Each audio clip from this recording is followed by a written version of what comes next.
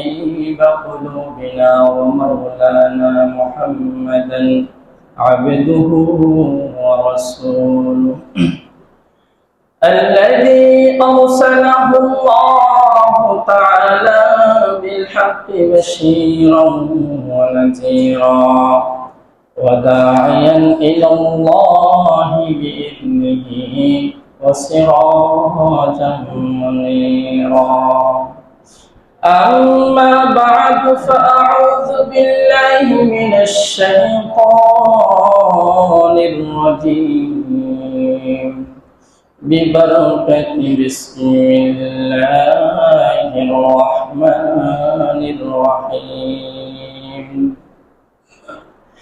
إن الله وملائكته يصلون على النبي يا أيها الذين آمنوا صلوا عليه وسلموا تسليما اللهم صل على محمد وعلى آل محمد كما صليت على إبراهيم وعلى آل إبراهيم إنك حميد مجيد اللهم بارك على محمد وعلى آل محمد كما باركت على إبراهيم وعلى آل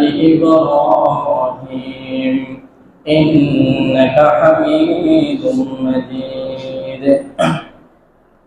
আলহামদুলিল্লাহ আল্লাহ তাআলার দরবারে লাখো কোটি শুকরিয়া যে মহান রব্বুল আলামিন আমাদেরকে মসজিদে এসে এবং বসার তৌফিক দান করেছেন সেই মহান রব্বুল আলামিনের দরবারে শুকরিয়া আদায় করি আলহামদুলিল্লাহ। আল্লাহ তাআলা কোরআনে বলেন লাইন শাকারতুম লাযিদান্নাকুম ওয়া লাইন কাফারতুম ইন্না আযাবি লাশাদীদ। আল্লাহ রাব্বুল আলামিন বলেন যে বান্দা আমার নিয়ামতের শুকরিয়া আদায় করবে সেই বান্দাকে আমি তাকে যতটুকু নিয়ামত দিয়েছি তার থেকে আরো বাড়িয়ে দেব সুবহানাল্লাহ। আর যে বান্দা আমার শুকরিয়া আদায় করবে না, নাফরমানি করবে, যতটুকু আছে তারও অনুতপ্ত হয়ে শুকরিয়া আদায় করবে না, ওই বান্দার কাছ থেকে যাটুকু আমি রাখছি ওগুলো আমি কেড়ে নেব। শুধু তাই না, ইন্না আযাবি লাশাদীদ, এত কিছু দেওয়ার পরও বান্দা তোমার মুখ থেকে একবার আলহামদুলিল্লাহ শুকরিয়াতে যে বাহির করতে পারছো না, তোমাকে দেখার জন্য আমি যে চক্ষু দিয়েছি না, শোনার জন্য কানের যে শক্তি আছে, শ্রবণ শক্তি, এটা আমি দিয়েছি না, স্পর্শ করার জন্য হাত দিয়েছি না। তো আমাদের কাছে যদি কোটি কোটি যদি টাকাও না থাকে, দেখার মতন তো আল্লাহ তাআলা দুটি চক্ষু দান করছে। সেই সুবাদে আমরা মন থেকে একবার বলি আলহামদুলিল্লাহ। আল্লাহ তাআলার নিয়ামতের শুকরিয়া আদায় করবে, আল্লাহ তাআলা নিয়ামত বাড়িয়ে দেন। সব সময় যেই অবস্থায় থাকেন না কেন আল্লাহ তাআলা কি করবেন? শুকরিয়া আদায় করবেন। অন্যদিকে দিকে তাকান, রাস্তার দিকে অনেকেই হাত নাই, পা নাই, চক্ষু নাই, সারা জীবন মায়ের গর্ভ থেকে মৃত্যু পর্যন্ত এমন লোক আছে কোন একটা শব্দ মা শব্দটা বলতে পারবে না, এরকম আছে না? কিছুদিন আমাদের মসজিদে একটা জামাত আছে, বোবাদের জামাত। অনেকেও কানে শুনে আবার কানে শুনে না, প্রায় 30 জনের মতো ছিল। তাদের দিকে তাকালে আল্লাহ বিশ্বাস করবেন দুনিয়ার সব কিছু, আমার ঘর, আমার বাড়ি, আমার কোনো কিছু লাগবে না, শুধু যে আমরা যে দু চোখে দেখতে পারতেছি, আলহামদুলিল্লাহ শব্দতে বলতে পারতেছি, এটাই যথেষ্ট আলহামদুলিল্লাহ। তো সম্মানিত হাজিরিন, আজকে আমাদের খতিব সাহেব পর্যন্ত আসে নাই, তিনি প্রোগ্রামের কারণে বাহিরে আছে। সেই সুবাদে আমি আপনাদের সামনে কিছু কথা বলবো, যে কথাগুলো আমরা শুনে যদি আমল করতে পারি, ওয়াল্লাহি আল্লাহ তাআলার কসম, এই আমলগুলো যদি করতে পারে তাহলে দাখালাল জান্নাহ, অবশ্যই ইনশাআল্লাহ আপনি কোথায় প্রবেশ করবেন? জান্নাতে প্রবেশ করবেন। আজকে আমার আলোচ্য বিষয় হলো কিয়ামতের ময়দানে খুব কঠিন ভয়াবহ অবস্থা হবে। আমরা তো এটা জানি।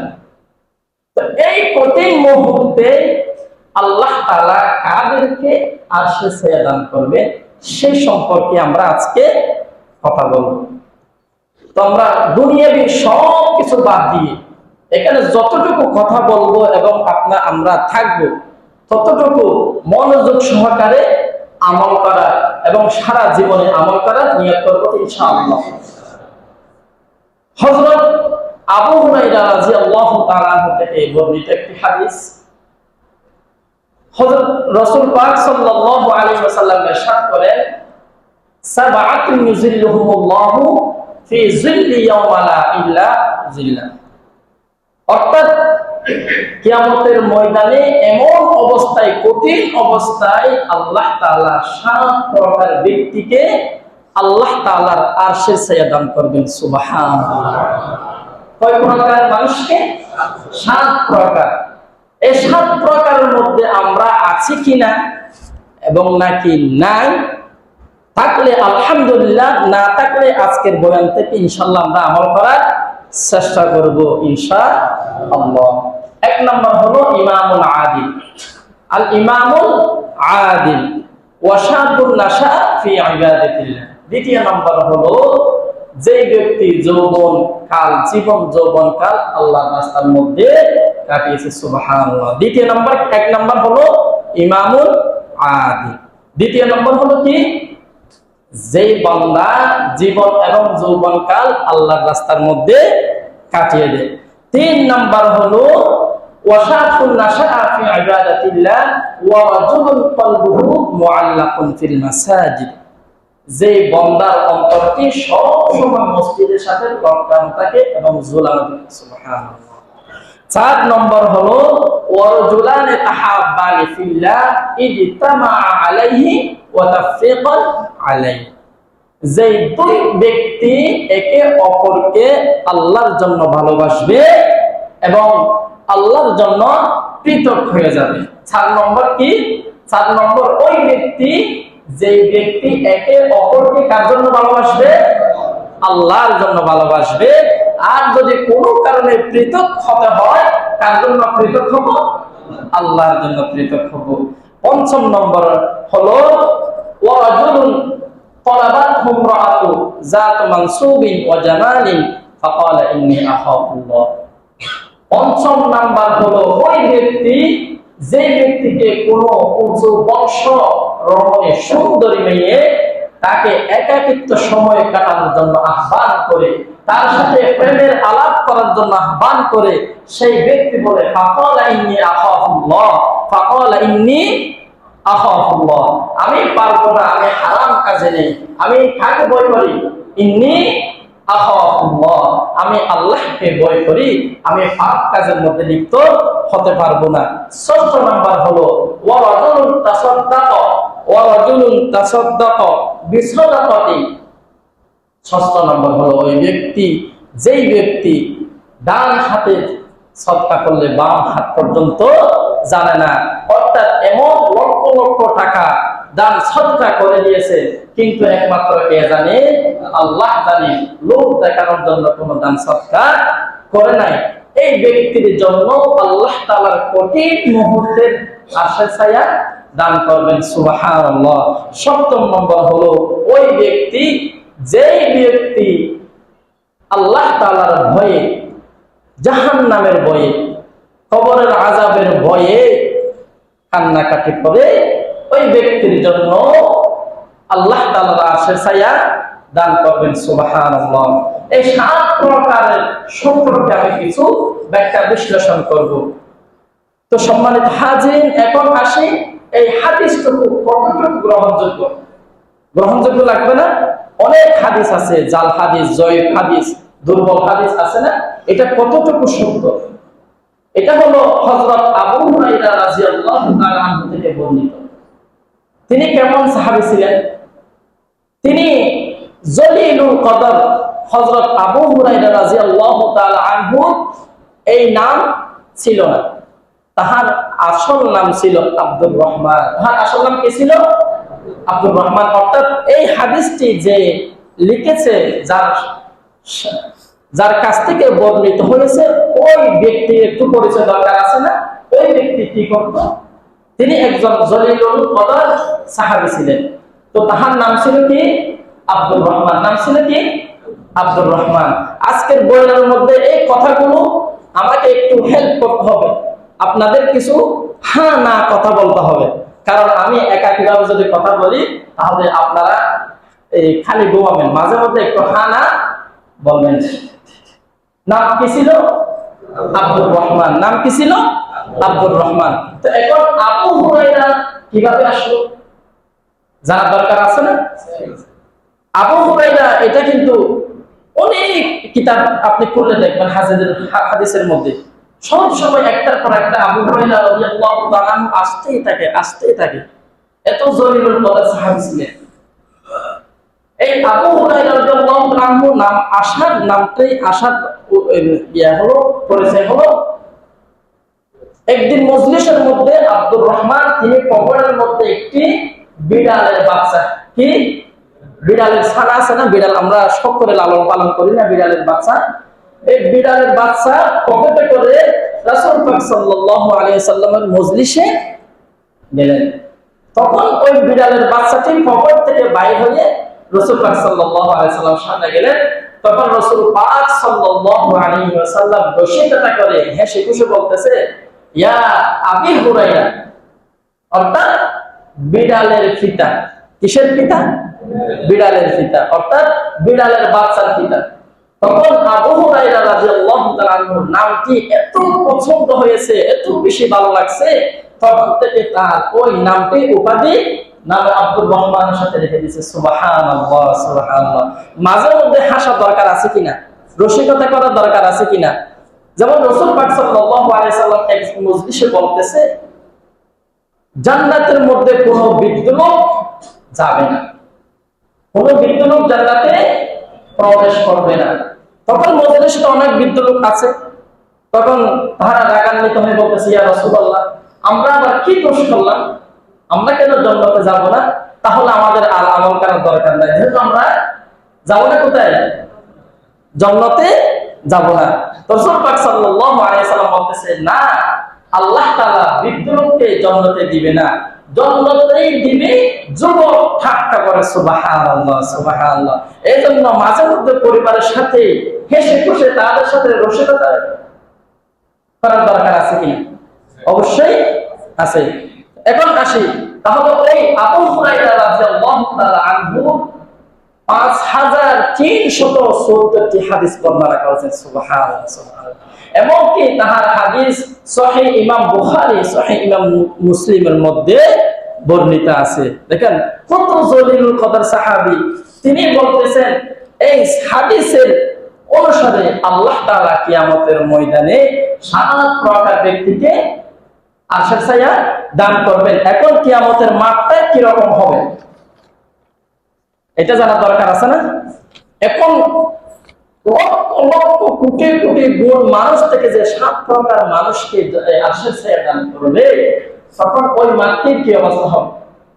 এখন রাসূল পাক সাল্লাল্লাহু আলাইহি সাল্লাম ইরশাদ করেন, এখন আমরা যে সূর্যটি দেখতেছি, ওই সূর্যটা একেবারে আপনার নিকটবর্তী চলে আসবে। এখন জমিন কি রকম হবে?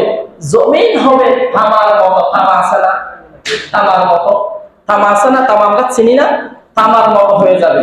এখন বুঝেন, উপরে যদি সূর্যের গরম আর নিচে যদি তামার সিস্টেম, তামা হয়ে যায়, এই গরমের মধ্যে তাপের কি অবস্থা হবে? আমাদের কি অবস্থা হবে?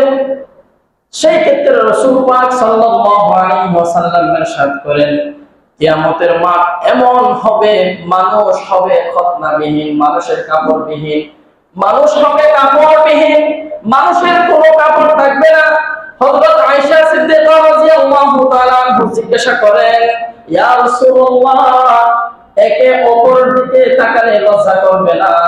তখন রাসূলুল্লাহ সাল্লাল্লাহু আলাইহি ওয়াসাল্লাম বলেন, ইয়াউমা ইয়াফিরুল মারউ মিন আখিহি ওয়া উম্মিহি ওয়া আবিহি ওয়া সাহিবাতিহি ওয়া আবিহি ওয়া বানি লিকুল্লি ইমরিইন মিনহুম ইয়াউমাইযিন শা'নুন ইউগনি।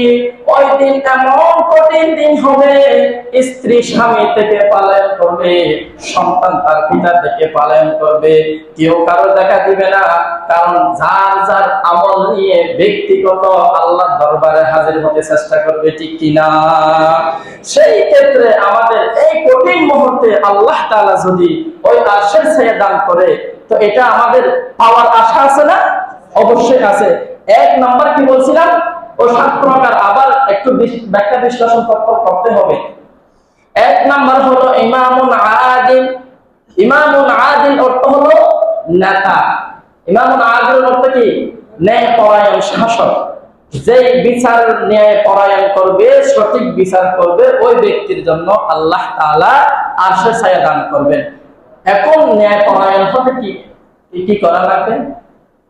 এমপি, মন্ত্রী, মিনিস্টার, মেম্বার, চেয়ারম্যান, সমাজের নেতা, মাতবর এরকম হওয়া লাগবে না। না না, রাসূল পাক সাল্লাল্লাহু আলাইহি ওয়াসাল্লাম ইরশাদ করেন, সর্বস্তরের দায়িত্বশীল ব্যক্তিরাই নেতা। সুবহানাল্লাহ, সুবহানাল্লাহ।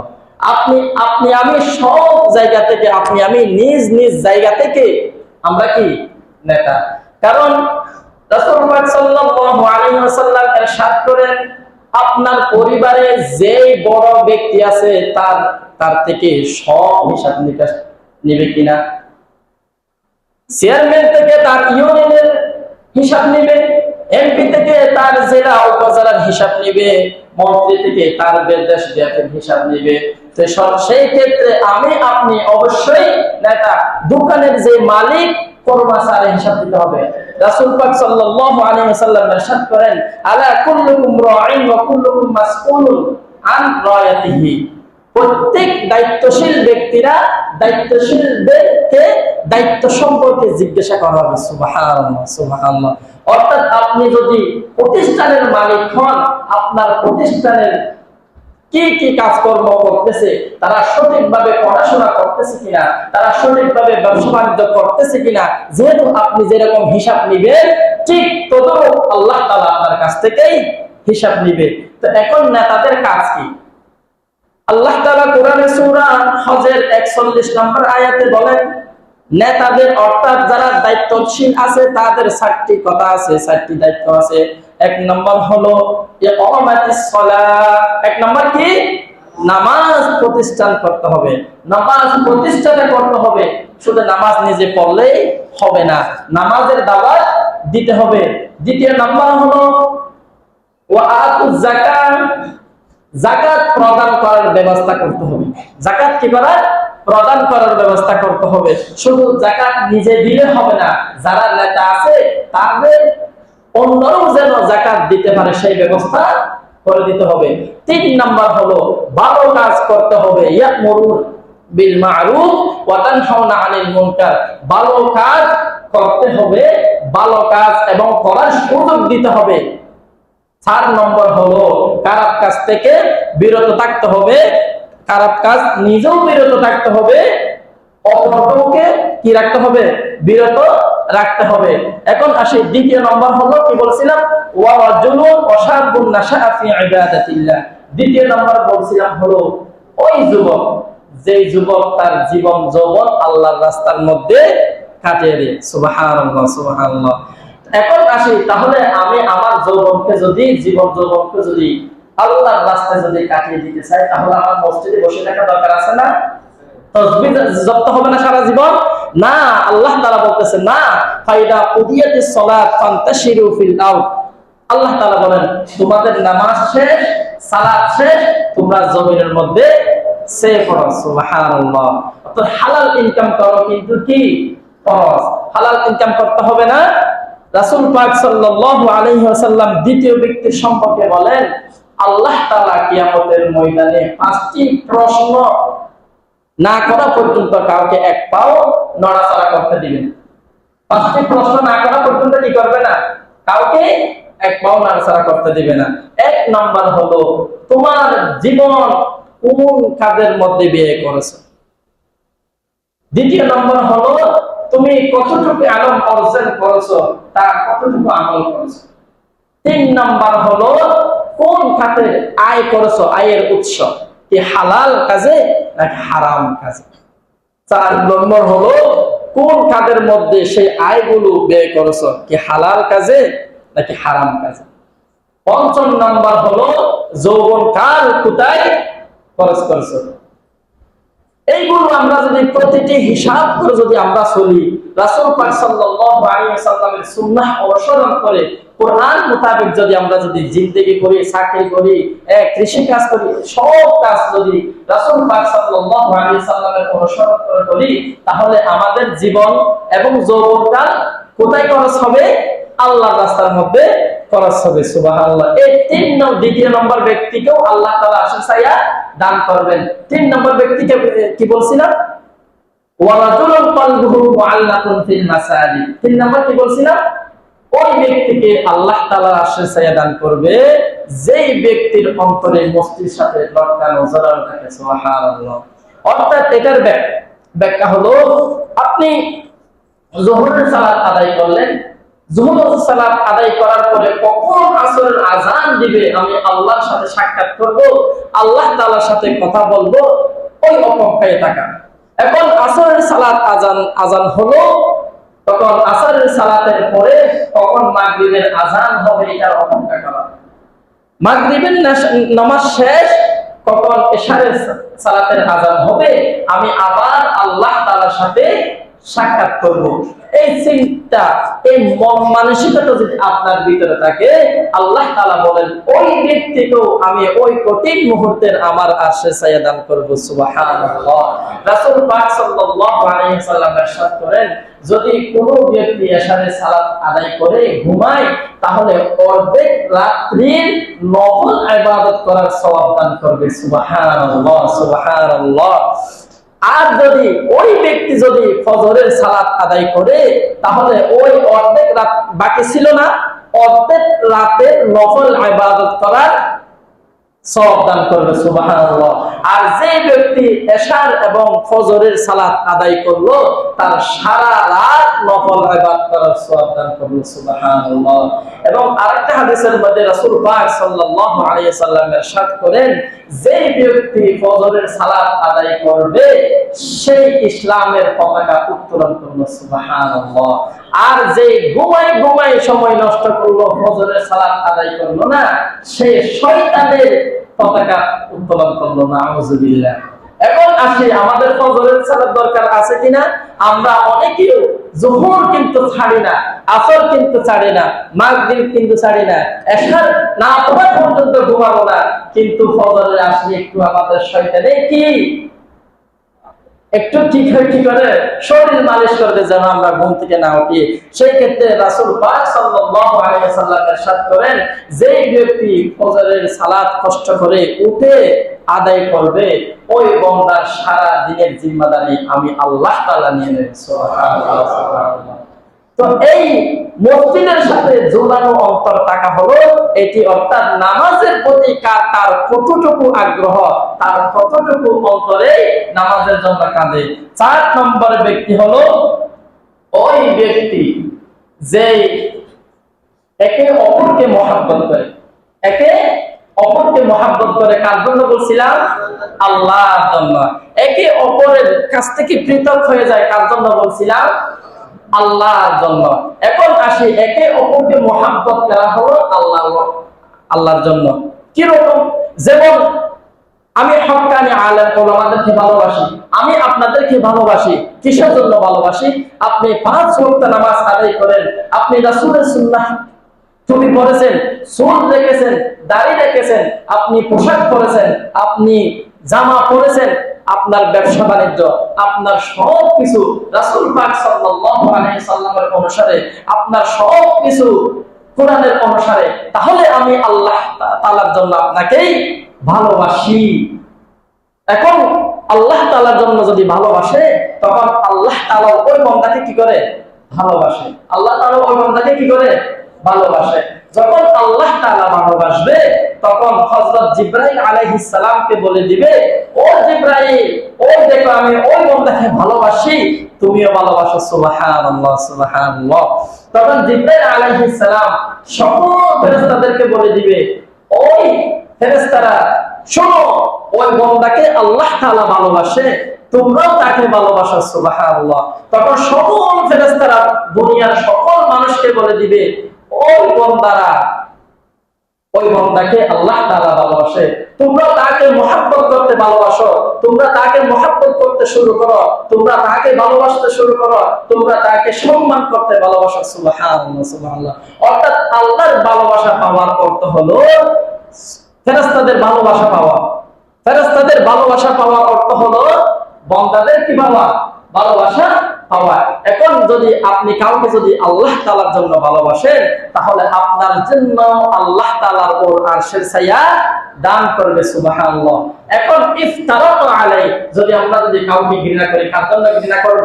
আল্লাহর জন্য। যেমন কেউ সুদ খাইতেছে, ঘুষ খাইতেছে, ডান্ডারবাজি করতেছে, মাস্তানি করতেছে, ইয়াবা খায়, পেন্সিডেল খায়, শরাব খায়, আমরা তাকে ভালোবাসবো? কিসের জন্য ভালোবাসবো না?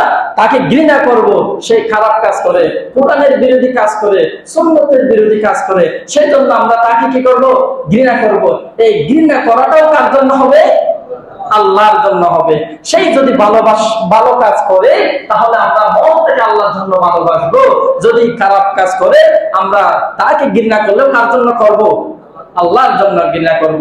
এই প্রকার মানুষদেরকেও আল্লাহ তাআলা আরশের ছায়া দান করবে। সুবহানাল্লাহ। পঞ্চম নম্বর হলো ওই ব্যক্তি, যেই ব্যক্তি নাকি ওয়ারাজুলুন তাসাদ্দাকা বিসাদাকাতিন ওয়ারাজুলুন তালাবাতহু ইমরাআতু যাতু মানসুবিন ওয়া জামালিন ফাকালা ইন্নী আখাফুল্লাহ। পঞ্চম নম্বর হলো ওই ব্যক্তি, যেই ব্যক্তিকে কোনো উঁচু বংশ রমণের সুন্দরী একাকিত্ব সময় কাটানোর জন্য ভালোবাসার জন্য ডাক দিল, সেই বলল ফাকালা ইন্নী আখাফুল্লাহ, কখনো না, কখনো না, আমি কাকে ভয় করি? আমি আল্লাহকে ভয় করি। এখন আসি, এরকম অহরহ হাজার হাজার আসে না আল্লাহকে যে ভালোবাসে? যেমন হযরত ইউসুফ আলাইহিস সালামের দিকে তাকান। হযরত ইউসুফ আলাইহিস সালামের যে মিশরী জুলাইখা তাকে ব্যবহার করার জন্য 7 রুম 7 দরজা বেঁধে তাকে একবারে খাস রুমে নিয়ে গেল। তখন বলতেছে ক্বালাত হাইতা লাক, আপনি আমাকে যা মন চায় তা ব্যবহার করেন। তখন ইউসুফ আলাইহিস সালাম কি বলছিল? ফাকালা ইন্নী আখাফুল্লাহ। হযরত ইউসুফ আলাইহিস সালাম কি বলছিল? ফাকালা ইন্নী আখাফুল্লাহ। আমাকে দুনিয়ার কেউ দেখতেছে না, সিসি ক্যামেরা সব কে দেখতেছে? একমাত্র আল্লাহ তাআলা দেখতেছে। সেই কাজের মধ্যে আমি নাই। তখন হযরত ইউসুফ আলাইহিস সালাম তিনি দৌড় দিলেন, এত দরজা লক করা, আল্লাহ তাআলার রহমতে সব দরজা করে দিলেন। সুবহানাল্লাহ সুবহানাল্লাহ। এরকম অহরহ ঘটনা আছে না? যেই ব্যক্তি, অর্থাৎ এক কথায় যেই ব্যক্তি আল্লাহ তাআলার জন্য গুনাহ ছেড়ে দিবে, ওই ব্যক্তিকে আল্লাহ তাআলার আরশের ছায়া দান করবে। সুবহানাল্লাহ। পঞ্চম নাম্বার হলো, ষষ্ঠ নাম্বার হলো ওই ব্যক্তি ওয়ারাজুলুন তাসাদ্দাকা বিসাদাকাতিন ফাআখফা হাত্তা লা তা'লামু শিমালুহু ওয়া মা লা ইয়ানফিকু। অর্থাৎ যেই ব্যক্তি দান করবে ডান হাতে, তার বাম হাত পর্যন্ত জানবে না সে কি দান করছে। এরকম আছে না? আল্লাহ তাআলার জন্য যদি আমরা দান করি, তাহলে আল্লাহ তাআলার জন্য আমরা পুরস্কার পাবো। আর যদি লোক দেখানোর যদি আমরা যদি দান করি, তাহলে মানুষ আমাদেরকে সম্মান দিবে, মানুষ আমাদেরকে বাহবাহ দিবে, সবকিছু মারহাবা নারায়ে তাকবীর বলবে। এটা তো আল্লাহ তাআলা বলবে তুমি তো দুনিয়ার মধ্যে পেয়ে গেছো, তাহলে আমার কাছে পজিটিভ কোনো কিছু নাই। যখন কোন একটা বান্দাকে আল্লাহ তাআলার জন্য কোনো কিছু দান করে, দুনিয়ার মধ্যে যদি সেটা লোক দেখানো হয়, তাহলে আল্লাহ তাআলার কাছে কোনো কিছু পাওয়া নাই। দান করতে হবে হযরত আবু বকর সিদ্দিক রাদিয়াল্লাহু তাআলা আনহুর মতো, দান করতে হবে হযরত উসমান রাদিয়াল্লাহু তাআলা আনহুর মতো। হযরত আবু বকর সিদ্দিক রাদিয়াল্লাহু তাআলা আনহুর একটি খুব চমৎকার ঘটনা। রাসূল পাক সাল্লাল্লাহু আলাইহি ওয়াসাল্লাম যুদ্ধের সামার মধ্যে বলতেছে, ইয়া সাহাবী, তোমাদের কার কি আছে? এই যুদ্ধের জন্য কিছু শরীক হও। তখন হযরত আবু বকর সিদ্দিক রাদিয়াল্লাহু তাআলা আনহু বাসায় গিয়ে তার বাড়ির মধ্যে কি কি আছে দেখে সবকিছু নিয়ে আসলেন। সুবহানাল্লাহ সুবহানাল্লাহ। এখন রাসূল পাক সাল্লাল্লাহু আলাইহি সাল্লাম ইরশাদ করেন, ইয়া আবু বকর, তুমি কেউ দেখতেছি মোটামুটি সবকিছু বাসা থেকে নিয়ে আসছো, বাড়ির মধ্যে কি রেখে আসছো? তখন হযরত আবু বকর সিদ্দিক রাদিয়াল্লাহু তাআলা আনহু বলেন, ইয়া রাসূলুল্লাহ, আমি বাড়ির মধ্যে আমার আল্লাহ এবং রাসূলকে রেখে আসছি। সুবহানাল্লাহ সুবহানাল্লাহ। দেখো কত চমৎকার কথা। দান করলে এভাবেই দান করতে হবে। সেই ক্ষেত্রে আল্লাহ তাআলা রাসূল পাক সাল্লাল্লাহু আলাইহি সাল্লাম বলেন, ওয়া রাজুলুন তাসাদদাকা বিসাদাকাতিন ফাআফা হাত্তা লা তা'লামু শিমালুহু ওয়া মা লা তুনফিকু। বা ডান হাতে দান করলে যেন বাম হাতে না জানে, অর্থাৎ এই নয় আমি দান করব না, এই নয়, দান করব, তবে কার জন্য দান করব? আল্লাহ তাআলার কাছে পাওয়ার জন্য দান করব। যদি আল্লাহ তাআলার কাছে পাওয়ার জন্য দান করি, তাহলে ওই কাল কিয়ামতের কঠিন মুহূর্তে আমি আল্লাহ তাআলার আশায় পাবো। সুবহানাল্লাহ। সপ্তম নম্বর হলো ওয়া রাজুলুন যাকারাল্লাহ খালিয়ান আইনা। সপ্তম নম্বর হলো ওই ব্যক্তি যে ব্যক্তি নির্জনে বসে জান্নাতের কথা ভেবে, জাহান্নামের কঠিন আযাবের কথা ভেবে, কবরের কথা ভেবে চিন্তা করে, সেটার জন্য আল্লাহ তাআলার ওই কঠিন মুহূর্তে আশ্রয় দান করবে। আমরা তো একে অপরের অনেকেই আছে এরকম নির্জনে বসে বসে একাকিত্ব ভাবি না, চিন্তা করি না। হযরত আব্দুল আজিজ রাহমাতুল্লাহি আলাইহি তিনি বলেন, তিনি অর্ধেক জাহানের তিনি শাসন করেছেন। আব্দুল আজিজ, উমর বিন আব্দুল আজিজ, তার নাম শুনছেন, উমর বিন আব্দুল আজিজ।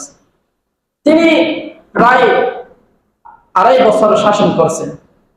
তিনি কবর দেখলে এত বেশি কান্নাকাটি করতেন, এত বেশি কান্নাকাটি করতেন। এক সময় তাহার মেয়ে, তাহার একটা দাস ছিল, তিনি জিজ্ঞাসা করতেছে, ইয়া মালিক, আপনি কবরের কথা দেখলেই, কবর দেখলে, কবরের কথা শুনলে এত বেশি কান্না করেন কেন? তখন বলতেছে, জান্নাত জাহান্নামের যাওয়ার মতো প্রথম রাস্তা হলো কবর। সেই ক্ষেত্রে কবরের প্রশ্ন যদি আমি ভালো মতো যদি দিতে পারি, আমি যদি পাস করি, তাহলে অন্য কিছুর মধ্যে আমি পাস হব। সেই ক্ষেত্রে আমাদের এই 7 প্রকার যে কথাগুলো বললাম, 1 নাম্বার বলছি ইমামুল আদিল। 1 নাম্বার কি বলছি? ইমামুল আদিল, অর্থাৎ ন্যায়পরায়ণ বিচার। প্রত্যেক জায়গা থেকে প্রত্যেকজন আমরা দায়িত্বশীল। দায়িত্বশীলকে আল্লাহ তাআলা জিজ্ঞাসা করবেন। সেই দায়িত্ব যদি সঠিকভাবে যদি বুঝিয়ে দিতে পারে, তাহলে ওই কঠিন মুহূর্তে আপনার জন্য আল্লাহ তাআলার আশীর্বাদ কি আছে? ছায়া পাবেন। দ্বিতীয় নম্বর হলো ওয়াশাকুন নাশা ফি ইবাদাতিল্লাহ। আবার একটু রিপিট করি, যেহেতু 7টি জিনিস অনেকের হয়তো বলে যেতে পারে, আবার রিপিট করলে কি হয়, এটা মেমোরির মধ্যে সেট হবে।